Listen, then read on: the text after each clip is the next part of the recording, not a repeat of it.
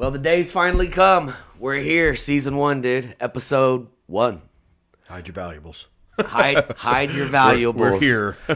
Thank you for joining us. My name's Jerry Lopez. This is my good friend Brian Alvey, and we decided to get together and let you become an AshHole with us. Well, we've always been referred to by certain people in certain circles as those assholes, so we just figured we'd be those AshHoles as we smoke our cigars like we usually do, and I guess just give people what they think they want. That's it. Yeah, we're just gonna chop it up. We're gonna keep it real here. You're gonna hear us talk the way we would talk any other time, right? Yeah. We're two vets. We're adults. You can talk however you want, and this is just gonna be a conversation between friends. That's gonna span all kinds of topics. Yeah. Well, everybody that knows us knows we lean significantly to the right when it comes to things like politics. We're not just going to be talking about politics, but everybody that also knows us, we don't mince words. We're not drinking any certain Kool-Aid from any certain camp. We don't belong to any cliques or anything. If we see bullshit, we call bullshit, and it doesn't matter who it is. We're not going to just call bullshit on the left. I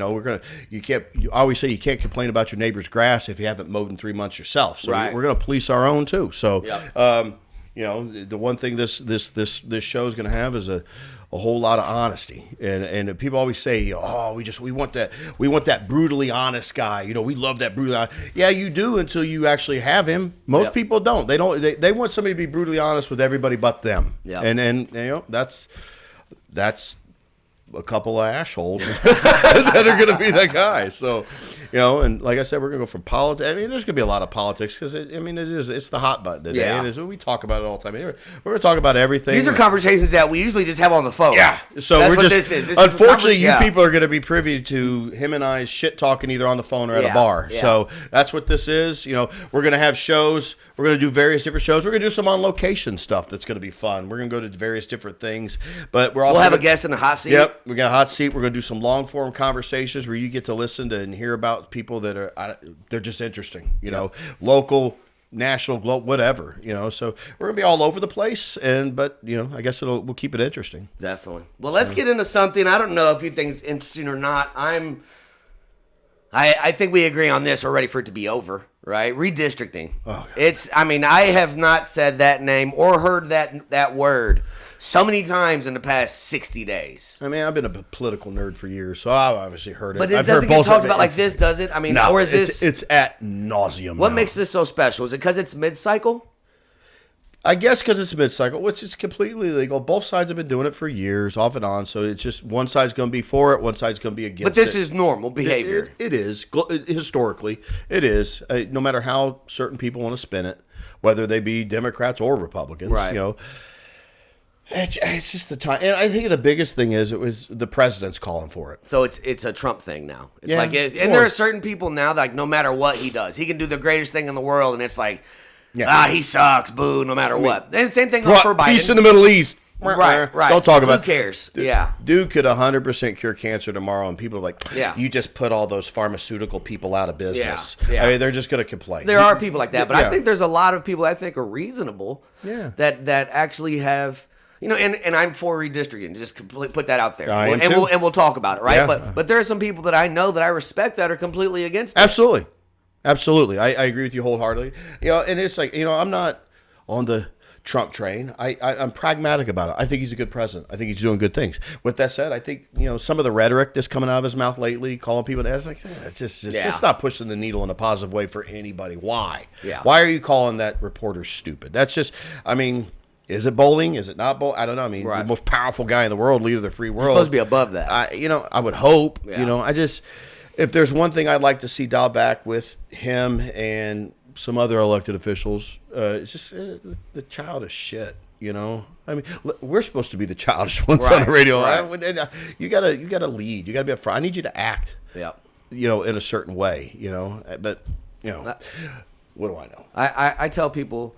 I think the greatest president ever, and it wouldn't even been debatable. I think people would have just said this guy is the best one ever. Would have been all of Donald Trump's policy, but Barack Obama doing all the talking. I am 100% switching from coffee to whiskey. I'm not here for that. People love the way, because he was an orator. He was an actor. Yeah, but he seemed the closest to a regular person. He's in right. Just his words. He hooped. He talked about this. He talked about that. I would argue GW did. I mean, maybe GW. I do the strategery. The nuclear, you fooled me once. You fooled me once. You can't get fooled again. Yeah. Right? Like, yeah, he was. He was a big. I stand by that, dude. I think more people. I get what you're saying. More people would love Donald Trump if he would shut up. Oh shoot! Stop posting on Twitter, dude. You're the damn president. My whole thing. I told if Twitter would have kicked him off 6 months before they did, he'd have got reelected. Probably. Yeah. It was the. What do you think about that whole thing, man? Like, let's get into that. So censorship. So I don't know if you and I maybe we knew each other in passing. Yeah. When the whole when the whole laptop thing came with the because you and I met for the first time when I was a guest on the Hammer and Nigel show, and you were a guest host subbing in for Nigel. You were there with somebody else, and we were like. Freaking stepbrothers. Yeah. Like, did we just become best friends? And next thing you know, we're doing karate in the garage. We making bunk beds. We posted a picture together. Yeah. And a mutual girl that we knew said, "How the hell do you two know each other?" And then shortly thereafter, next thing you know, we're both on the stage at whatever. It's Deer Creek to me. Yeah, with Brett Michaels. Brett Michaels, the poison. Yeah, you and I are up there on the stage, just like what is going on? Yeah. And then we're drinking beer, and it was over. Our seats were right next to each other. It was over at that point. Are we best friends now? Yeah, are we best friends? Do you want to start a podcast, bud? Yeah, we'll do karate in the garage and do a podcast. So, yeah. No, but like, what do you think about that? Like, you bring up like Trump and social media. I mean, the reality is, I think we know now, and it's not even debatable.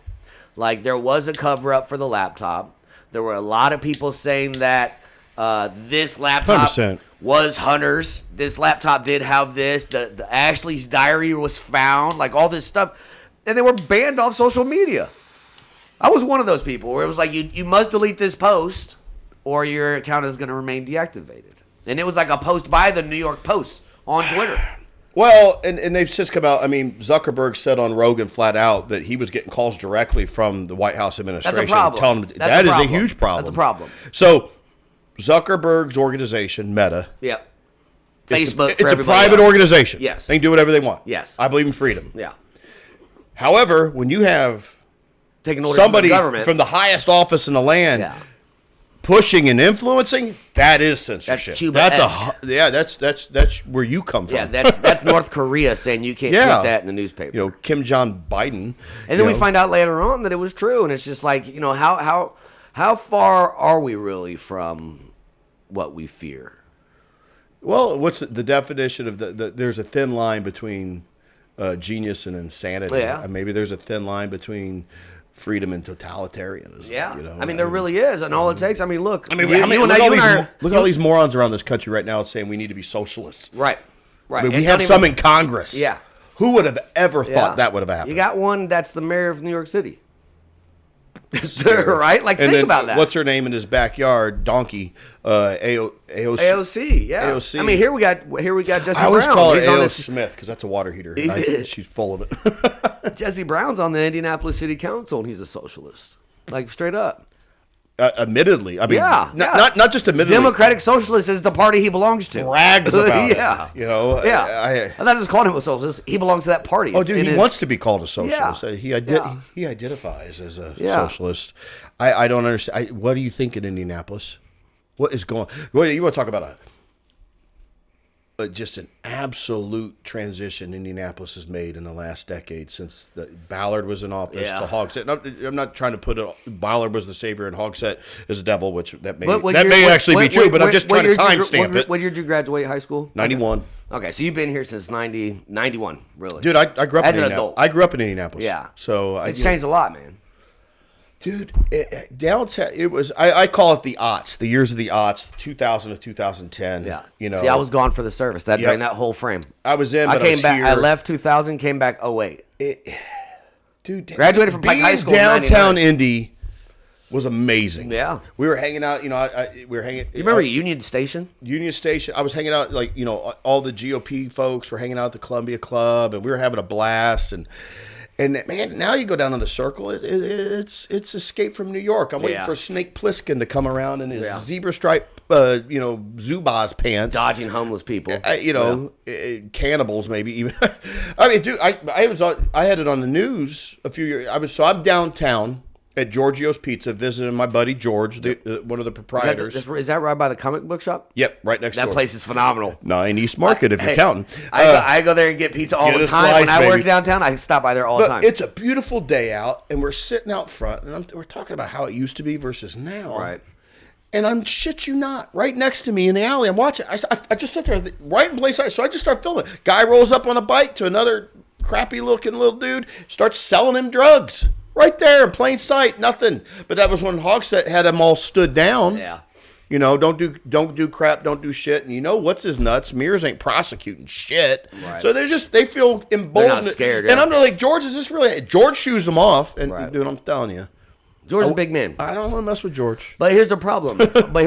You get one of these little crackheads that has a gun on him. And next thing you know, we're talking about a staple of the community is shot by some crackhead selling whatever in the alley. I mean, it's the only way to take Indianapolis back is really you have to just clean it up completely. And I don't think that anybody wants to do that.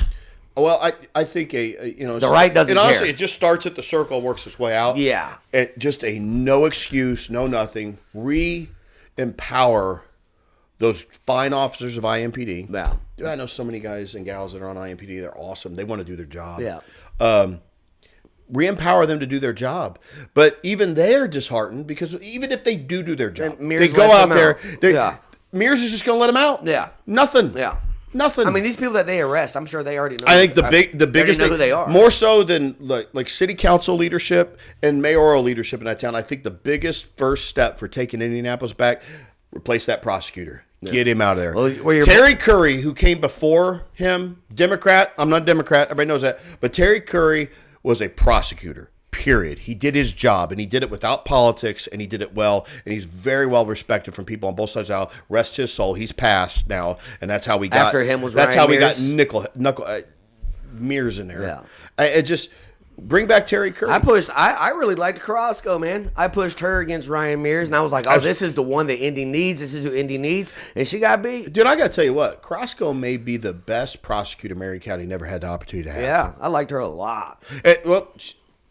She's in the Senate now, so, I mean... Yeah, which is great, but I would have loved her as a prosecutor. Oh, 100%. If I could miracle into that office from the one she's in, I think she'd be far more impactful. Yeah. I mean, what's Indy now? The 14th largest market in the United States? Might even be like top 10. I don't think we're there. I think we slid a little bit, honestly. But I know it's not as safe as it used to be. That's a problem. Dude, I got shot a video. Somebody sent me a video. Local police officer. They videoed 2 homeless people having sex in the door to the monument. I believe it. Yeah, what the hell is going on? Yeah. So, I don't know. But it is what it is. We'll see what happens with this redistricting thing, man. I mean, they're supposed to have the Senate actually vote on it, and like you said, all right, now we're going to see where people stand. Do you think that it passes, or do you think that it fails? First, how about this? What are your thoughts on it? And then, do you think the Senate will pass it? That's tough. Because there may be my thoughts. I'm 100% for it. Okay. Why? Well, it's part of the they don't like it, but it's part of the process. It's been done on both sides for years. It's 100% legal. Nobody's doing anything wrong. It's not cheating. Yeah. Nobody's doing anything wrong. So I'm here. I'm for redistricting 100%. And I've really not hit anybody that I like. It's an elected office in the Senate House that's against it. I haven't heard they can't articulate a really good reason why. Right.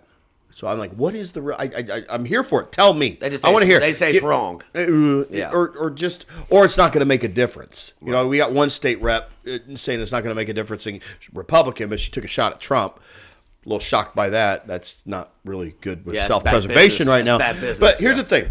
With that said, I feel like the House hooked up the Senate with an out. That map is hot garbage.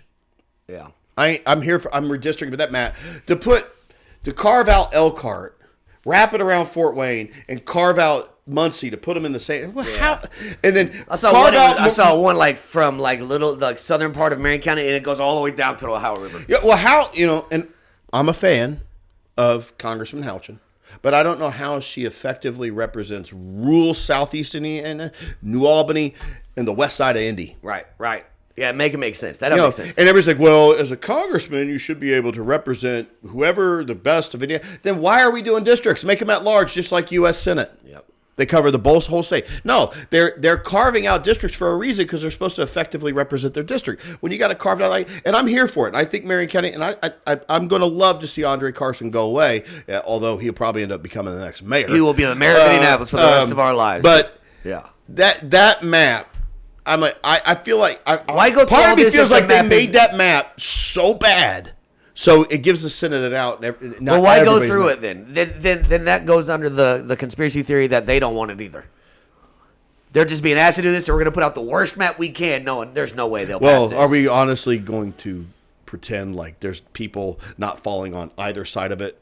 Simply that don't agree with what side they fell on it, but they're doing it because whoever's pressured them and they think they got to answer to them. Yeah. And unfortunately, those people that are pressuring them aren't their constituents. Yeah.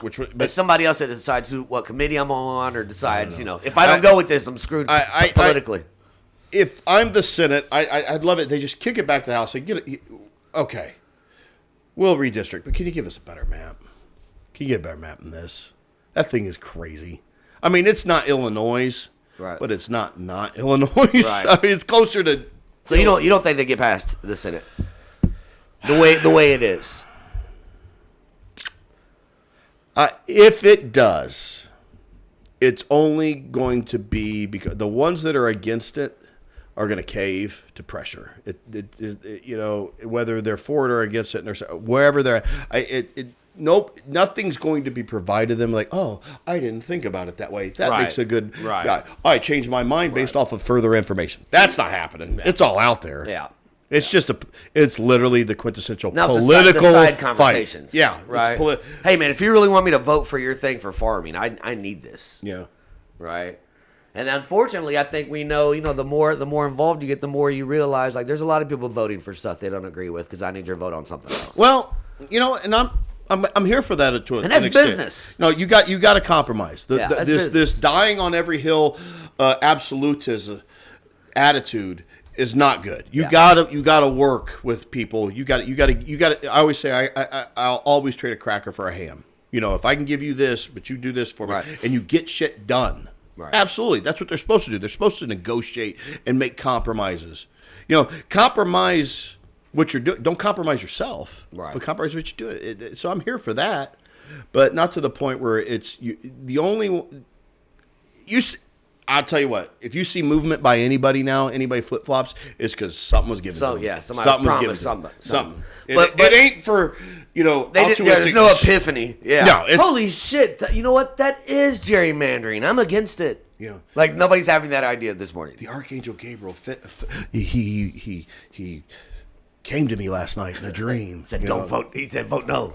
No, it's all pure politics. So I'm for it, right? And my whole reason for being for it is because I think this is a national conversation. I think a lot of people want to talk about their constituents back home and what do the people of Carmel think and let's be honest, man, what does Victoria Sparks fight for Carmel for at Congress? Nothing. Well, she fights for national issues, all right? She's supposed to be our representative. A little bit of both. She's supposed to be our representative that fights against DEI and fights against Marxism and fights against gender-affirming surgeries for children. Well, let me ask you this. Like, that's who I want up there. What is any Republican going to get done in Congress, nationwide, Indiana and nationwide, if we lose? We don't have enough votes. If we and we have a president who is getting nothing but he's getting the last 2 years of his final term. Right. He's getting nothing done, dude. Nothing. Lame dunk. No. Lame dunk. You don't have the votes to pass shit in Congress, and we're just going to put impeachment after impeachment after impeachment. If they take lead. Yeah, he's done. And he'll be impeached. Well, how many months Al or a year? Green's Jr. or whatever is already Mr. I impeach Donald Trump every 2 years has already said we're going to do it again. 100%. That's the Democrat plan going forward is we got to impeach Trump. Absolute gridlock. Y'all will get something done. Yeah. You got to do it. You got to do it. Why are we bringing knives to gunfights? Well, the Republicans are bad at being on offense. They're just a very defensive posture, do the right thing, even though nobody's watched. We lose shit because Democrats cheat. We can agree, but we don't even push the line when it's legal. It's legal to do this redistricting, and look at us we're infighting. They're out here ballot harvesting and writing up fake ballots, and nobody's complaining. Dude, when I played football, I hit people as hard as I could. Because if I hit them hard enough, I might knock them out of the game. They're really good at what they do, and if I hit them hard, I pull them out of the game. It's going to be value added for the rest of the game. Yeah. Now you're not trying to hurt somebody, but I'm gonna hit you hard. Yeah, maybe. I was trying to hurt people. I wasn't trying to injure them, but I was trying to hurt them. And I wanted to get them. I wanted to think twice about coming in my area. If I could take away, and we keep pulling up on hits. We're running up. Yeah. Republican Party, they need to recognize they're in full contact football. Quit playing tag. Yeah. Quit playing two-hand touch football. Yep. That's what they're doing. And then they turn around and get surprised when Democrats tackle them when they have the opportunity. When they have the opportunity, it's like, no, boo. They step up. They're looking out the ear hole of their helmet and going, expecting you to do them the same solid, and that's not the way it works, man. We can sit here and say, do the right thing, and the reality is, for me, doing the right thing is making sure that we don't have people like Andre Carson representing Indiana in Congress. Well, you do not have the same values as me. The best thing we have in Andre Carson is the fact he doesn't do anything. I mean, that's true. I mean, it could be worse. He could try to do He's done more to help Hamas, I've heard, than he's done to help anybody. He's an empty suit if there ever was one. I was around for when his grandmother passed away, and then just it's his, and it's been his the whole time. Well, we put John Elrod up against him when John Elrod was in a state rep seat in Indiana, and then it didn't work out, and it was, we knew it would be a long shot, but we had to make it effort. We had to make him try to earn it. Make the team earn it. And you think he'll be the mayor of Indianapolis for the rest of your damn life? if redistrict, that's why I've been telling people. If we redistrict, Andre Carson's the next mayor of Indianapolis. And based off of what you've just told me, as somebody who's done nothing, what would he have to do to win Indianapolis, dude? What? When does the majority of Indianapolis wake up? I mean, who's saying they're not? I don't understand. Well, the voting polls. Okay. But I mean, you get the same people time and time and time again.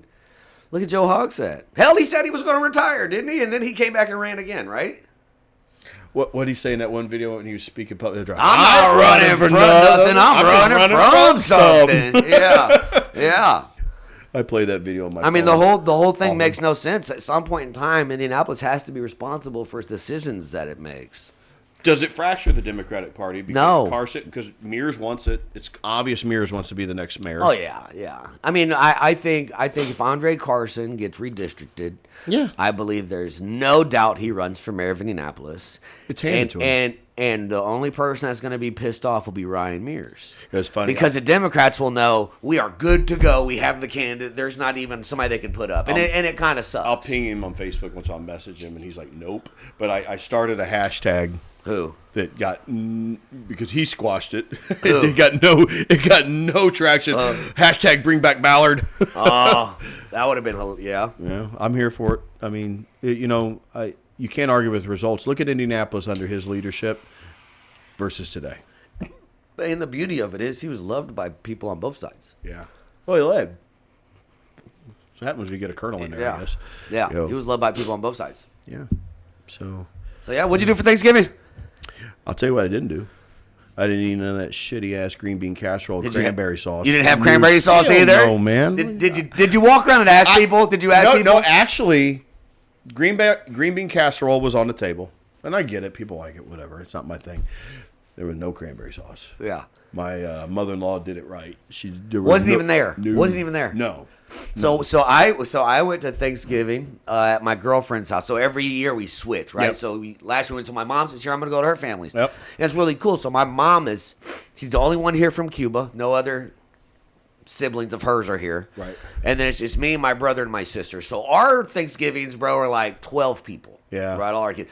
Her Thanksgiving was like 80 people. Right. Yeah. So I show up and it is completely bananas and foreign to anything I've seen. 2 years ago when I went, somebody fell and broke their leg in the first 20 minutes. You're still the loudest person in the room, though. 100%. Listen, they had a volunteer fire department. I don't even know what the hell that was. Are you shitting me? I've never seen one. Good Lord. There was 2 white dudes in overalls with little radios did pulling up, acting like they were the medics, dude.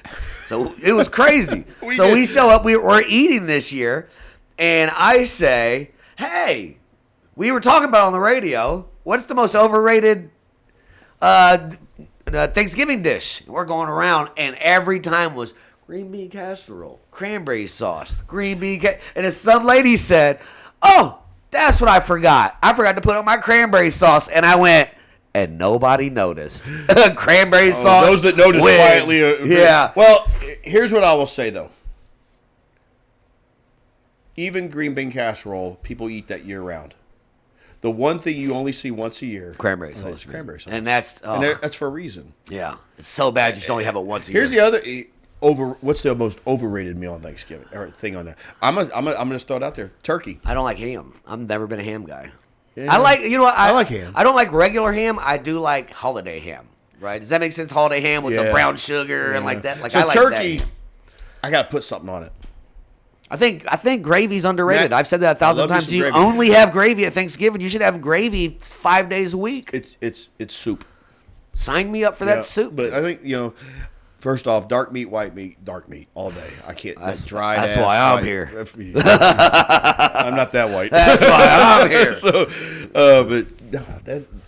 So we did my mother-in-law's on Thanksgiving on Thursday. We did my mother's house on Saturday. Sweet. So we get both sides of the family, and food turned out pretty good on both the house because everybody knows me in the family. I'm one of the cooks. I've owned some restaurants. I like to cook. I do a lot of cooking.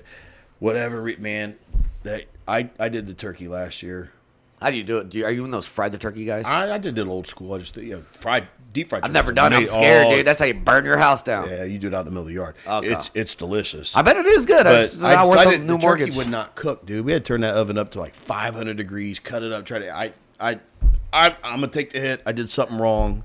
But I put it on the wrong tip. It wouldn't cook, so we had to roast that thing to get it done. And we've eaten everything else, and then the turkey. But whatever, is what it is. Screw that bird. Yeah, man. Is what it is. And we're gonna do, and what we're doing for Christmas, and I'm doing it. Lasagna. We're gonna do nothing but Italian food. You guys do any Italian stuff for Thanksgiving? What's that? You do any Italian stuff for Thanksgiving? You get occasionally a pasta dish out there or something. Yeah, absolutely, but not traditional. If I have my druthers, we're just gonna get away from that bird. And if I'm making it, I ain't making it again. I ain't making chicken no more salad sandwiches, no turkeys, no more. I'm gonna have some various different pastas surrounded a big ass tray of lasagna and be done with it. Well, you'll get the chance again soon, huh? Well, Christmas coming up. I'm doing it for Christmas. Let's get. So this is for me. Like Thanksgiving to Christmas is like just put your head down and we'll wake up and it's January 2nd. It just goes so fast, right? Like here in a little bit, the kids will be out of school, right? And then it's like, okay, oh shit, Christmas is in 4 days. So I'm bridging the gap right now. I got 2 kids still in school. And I got 2 grown-ass kids, one of which has kids. So I get to do... And Papa. Poppy. Whatever. Yeah. Hey, as a Latino, I cannot call you Poppy. That's a problem. Yeah. Well, all right, that's a problem. I'm not here for it if you try. But anyway, so I've got a reinvigoration. When you get a little older, you're like, whatever. Christmas is another day. Kids are older; they don't care anymore. I see my kids enjoying it, and I get to see my grandkids enjoying it now. So I'm all here for it again, man. I'm having a blast just watching offspring. Yeah. So I'm enjoying it again. There for a few years. Hell, I had to miss a few when I was overseas. So yeah, I've got value on it. You know what I mean? Yeah. Maybe some value some others might not have. I don't know. So. Well, man, this was sweet. Yeah. One's in the books. So this is it. I guess we can make a promise that it's going to get better. Listen. It's going to get better. Yeah, but we're still going to talk the same. Yeah. We'll be a couple of AshHoles, but it's going to get better. We're going to bring on some really good guests, and we're just going to go with it. And you know what? If nobody watches or listens, we don't care because we're having fun. This is what we do. We were doing it on the phone or at the bar anyway, so we're just going to do it now. This just forces us to get together. Yeah. This puts us on record where people can either call us out on our bullshit or at least laugh at us. Yeah, well, maybe both. We're here for your comic relief, folks. Yeah, absolutely. All right, brother.